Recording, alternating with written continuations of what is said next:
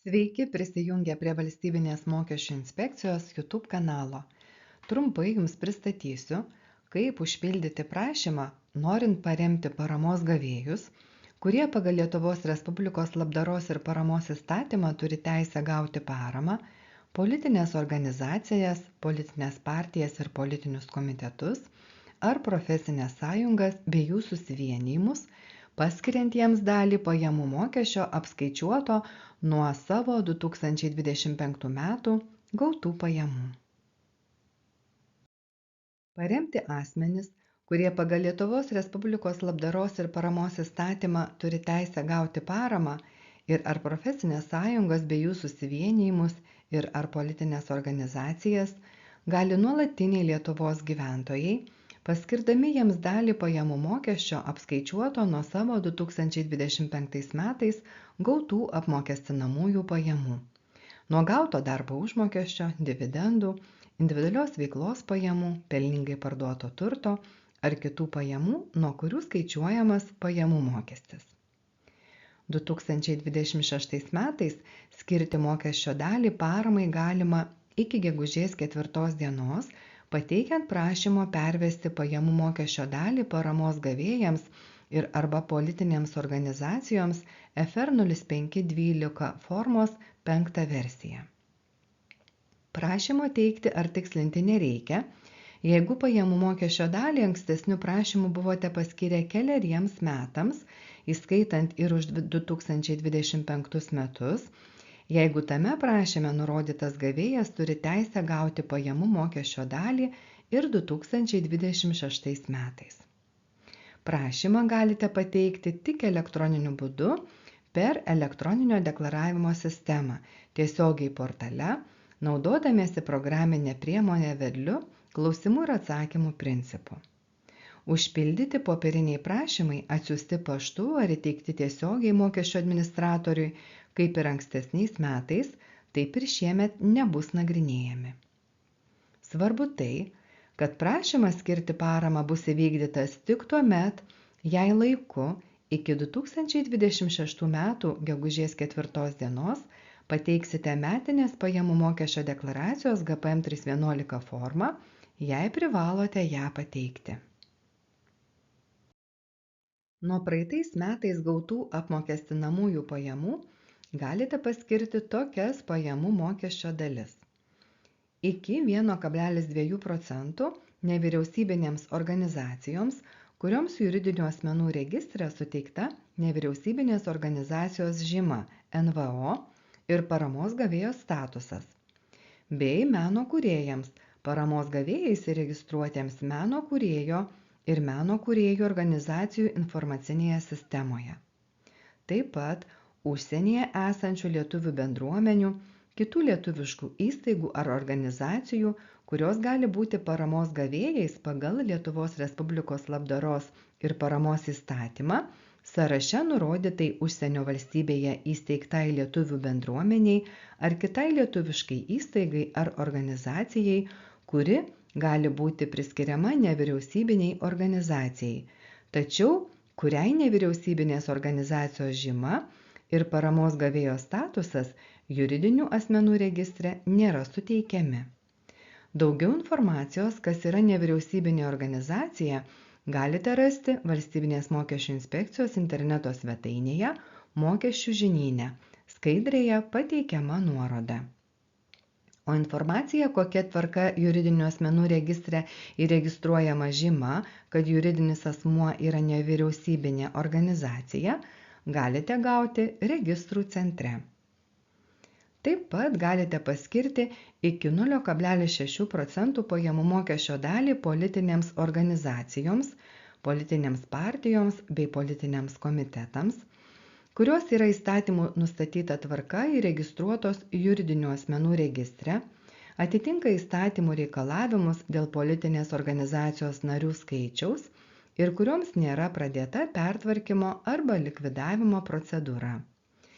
Ir iki 0,6% pajamų mokesčio dalį galite paskirti profesinėms sąjungoms ir ar profesinių sąjungų susivienijimams. Prašymą galima nurodyti daugiau kaip vieną paramos gavėją ar politinę organizaciją. Tai yra, vedliu išpildomas ir pateikiamas vienas prašymas, kuriame įrašyti visi pasirinkti gavėjai. Tačiau bendra skiriama pajamų mokesčio dalis neturi būti didesnė nei 1,2% paramos gavėjams, įskaitant meno kūrėjus, 0,6% politinėms organizacijoms ir 0,6% profesinėms sąjungoms ir ar jų susivienijimams. Pasitikrinti, ar paramos gavėjai, politinės organizacijos bei profesinės sąjungos bei jų susivienijimai turi teisę gauti paramą, galite Valstybinės mokesčių inspekcijos interneto svetainėje, skaidrėje nurodytas adresas. Prašymą vedlio pagalba galite pildyti prisijungę prie elektroninio deklaravimo sistemos EDS. Prisijungti galima per išorinės sistemas, pavyzdžiui, naudojantis elektroninę bankininkyste, elektroniniais valdžios vartais, taip pat su VMI suteiktomis prisijungimo priemonėmis, naudotojo vardu ir slaptažodžiu. Prisijungę prie EDS, skiltyje Deklaravimas, pasirinkite Pildyti formą. Prašymą skirti paramą rasite dažniausiai pildomų formų sąraše. Atsidariusiame paramos deklaravimo lange galite paskaityti trumpą informaciją, kam galite skirti paramą už 2025 metus. Norėdami pradėti pildyti prašymą, paspauskite vedlio piktogramą gaublį ir EDS atidarys vedlį. Jeigu paramą už 2025 metus jau skyrėte pagal ankstesniais metais pateiktą prašymą, pirmame vedlio lange matysite duomenis apie jūsų skirtą paramą. Jeigu pageidaujate pakeisti paramos gavėją, paspaudę Tęsti, galėsite koreguoti ar pateikti naujus duomenis. Jeigu parama už 2025 metus nebuvo paskirta pagal ankstesnį prašymą, spauskite Pradėti, kad užpildytumėte prašymą. Atsidariusiame gavėjo paieškos lange įrašykite gavėjo pavadinimą arba kodą. Jei nežinote tikslaus paramos gavėjo pavadinimo arba kodo, norėdami surasti gavėją, galite pasinaudoti išsamia gavėjo paieška pagal kitus duomenis. Pasirinkę paramos gavėją, spauskite Tęsti, kad galėtumėte patekti į duomenų įvedimo langą. Atsidariusiame lange užpildykite būtiną prašymo informaciją, kokią dalį mokesčio skiriate paramos gavėjui, iki kokio mokestinio laikotarpio norite paskirti paramą. Maksimalus laikotarpis yra 5 metai, pastarieji praėję kalendoriniai metai ir ateinantys 4 metai. Tai reiškia, kad šiais metais paskirti paramą galite iki 2029 metų mokestinio laikotarpio. Taip pat galite nurodyti ir mokesčio dalies paskirtį. Jei jums kyla klausimų dėl laukelių paskirties, galite paspausti klaustuko simbolį, kur pateikiamas išsamesnis paaiškinimas. Suvedę duomenis spauskite Išsaugoti ir vedlys nukreips mus į duomenų peržiūros langą.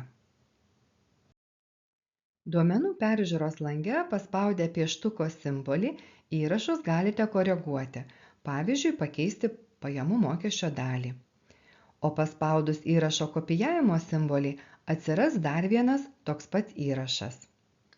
Taip pat įrašą galite ištrinti, paspaudę šiukšliadėžės simbolį. Jeigu suvesti duomenys yra teisingi ir nenorite nurodyti kitų gavėjų, paspauskite Taip teisingi ir vedlys jūs nukreips į prašymo formavimo langą.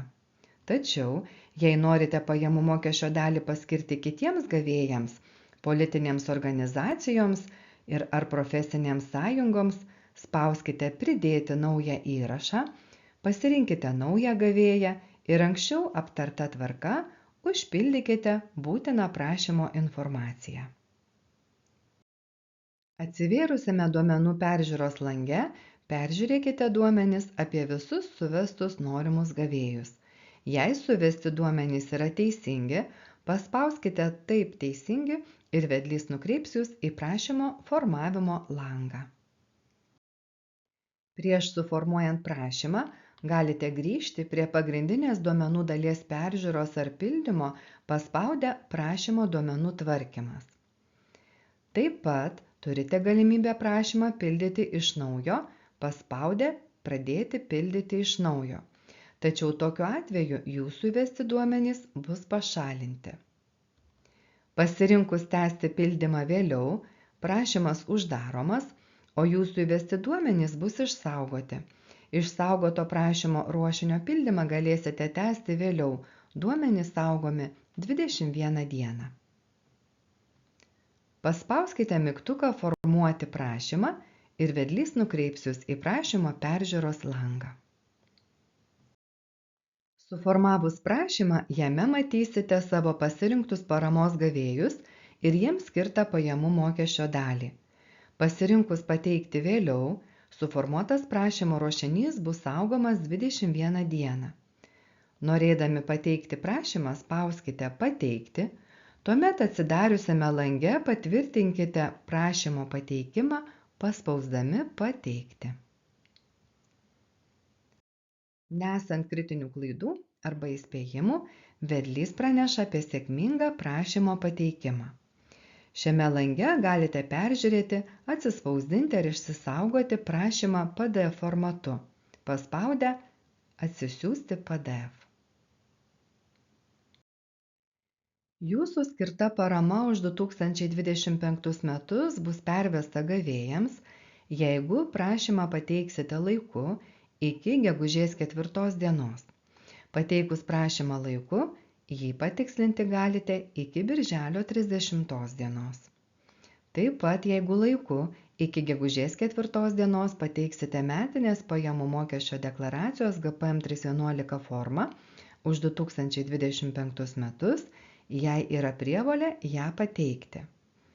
Taip pat, jeigu 2026 m.